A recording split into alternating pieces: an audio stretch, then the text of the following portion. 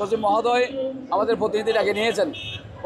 প্রতিনিধির সাথে আলোচনা করে আমরা বলছি সচিবকে এসে বলতে হবে যে আমরা 15-19টা আন্দোলন না, এটা আন্দোলন প্রত্যেক প্রতিষ্ঠানের 1519টা প্রতিষ্ঠান আমাদের এটা আগে অনুদান পাইতো, এখন বিমুক্ত সেটা আমরা ঠিক আছে এটা মেনে নিলাম, কিন্তু বাকি প্রতিষ্ঠানের একটা প্রজ্ঞাপন দেওয়ার জন্য আমরা বলেছি গণবিজ্ঞপ্তি এটা সিডি রেডি করে সচিব মহোদয় যদি এখানে এসে বলেন তাহলে শিক্ষকরা মানবেন, অন্যথায় শিক্ষকরা মাঠ ছেড়ে যাবে না।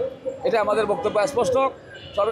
সরকারের পক্ষ থেকে 1519টার গ্যাজেট প্রকাশ, পাশাপাশি বাকি প্রতিষ্ঠানগুলো গণবিজ্ঞপ্তি জারি করতে হবে, এছাড়া শিক্ষকরা মাঠ ছাড়বে না। আমি বলতে আমি রেডি করে আসতে থাকি, এখন আমি তো যাইনি, ভিতরে এরা গেছিলো, এখন কি আলোচনা হচ্ছে এটা তো আমি জানি না, তবে আশা করি আমাদের দাবি সরকার মেনে নেবেন।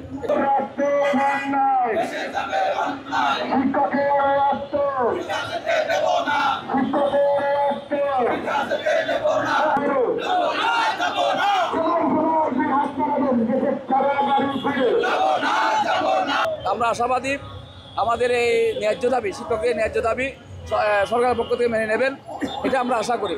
যদি মেনে নেওয়া না হয় তাহলে শিক্ষকদের ন্যায্য দাবি আদায় না হওয়া পর্যন্ত এই মাঠে থাকবে, তারা মাঠ ছেড়ে যাবে না, এটাই আমাদের মূল বক্তব্য।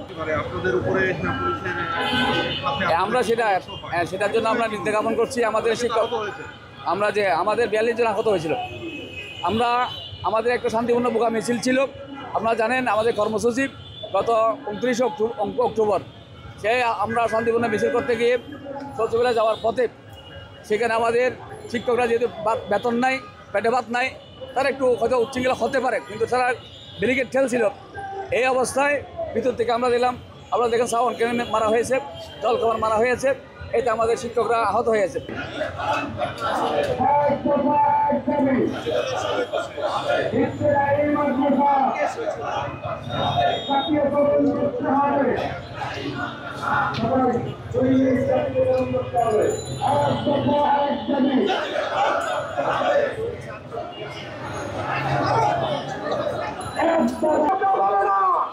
এখন পিছনে শিক্ষকরা বলতে হবে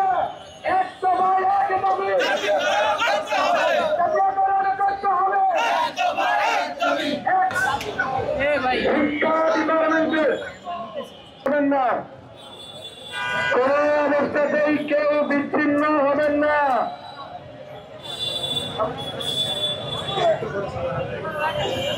প্রস্তুত হয়ে নেন।